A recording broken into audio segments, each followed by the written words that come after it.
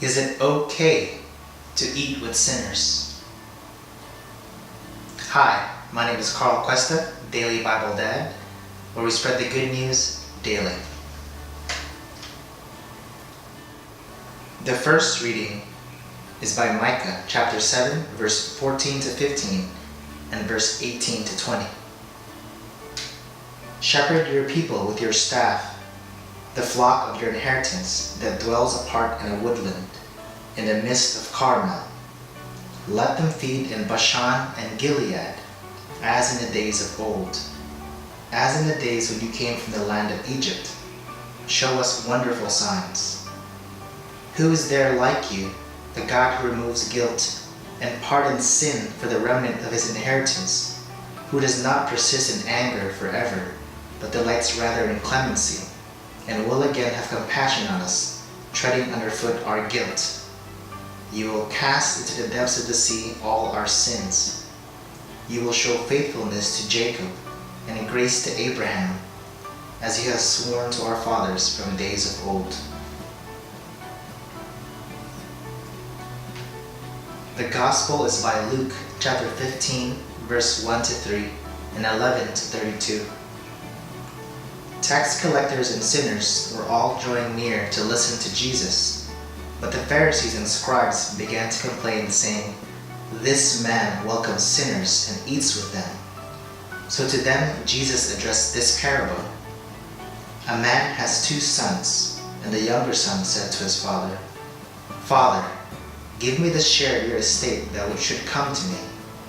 So the father divided the property between them. After a few days, the younger son collected all his belongings and set off to a distant country, where he squandered his inheritance on a life of dissipation. When he had freely spent everything, a severe famine struck that country, and he found himself in dire need. So he hired himself out to one of the local citizens, who sent him to his farm to tend the swine.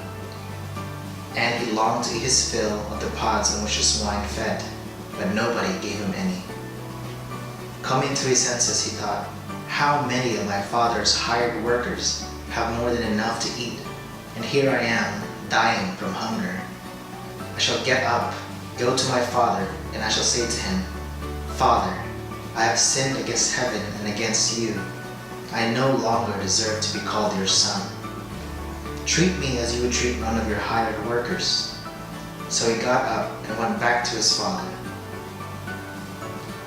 While he was still a long way off, his father caught sight of him and was filled with compassion. He ran to his son, embraced him, and kissed him. His son said to him, 'Father, I have sinned against heaven and against you. I no longer deserve to be called your son.' But his father ordered his servants, 'Quickly, bring the finest robe and put it on him. Put a ring on his finger and sandals on his feet. Take the fattened calf and slaughter it. Then let us celebrate with a feast, because this son of mine was dead and has come back to life again. He was lost and has been found.' Then the celebration began. Now the older son had been out in the field, and on his way back, as he neared the house, he heard the sound of music and dancing.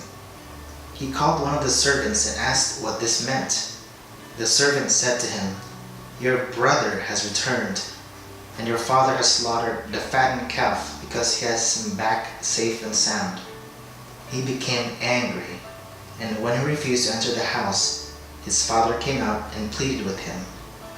He said to his father in reply, 'Look, all these years I served you, and not once did I disobey your orders. Yet you never gave me even a young goat to feast on with my friends. But when your son returns, who swallowed up all your property with prostitutes, for him you slaughtered a fattened calf.' He said to him, 'My son, you are here with me always. Everything I have is yours. But now we must celebrate and rejoice, because your brother was dead and has come to life again. He was lost and has been found.'" What message did you get from the gospel readings today? Please comment below, and if you found this useful, please like and subscribe below as well. Thank you.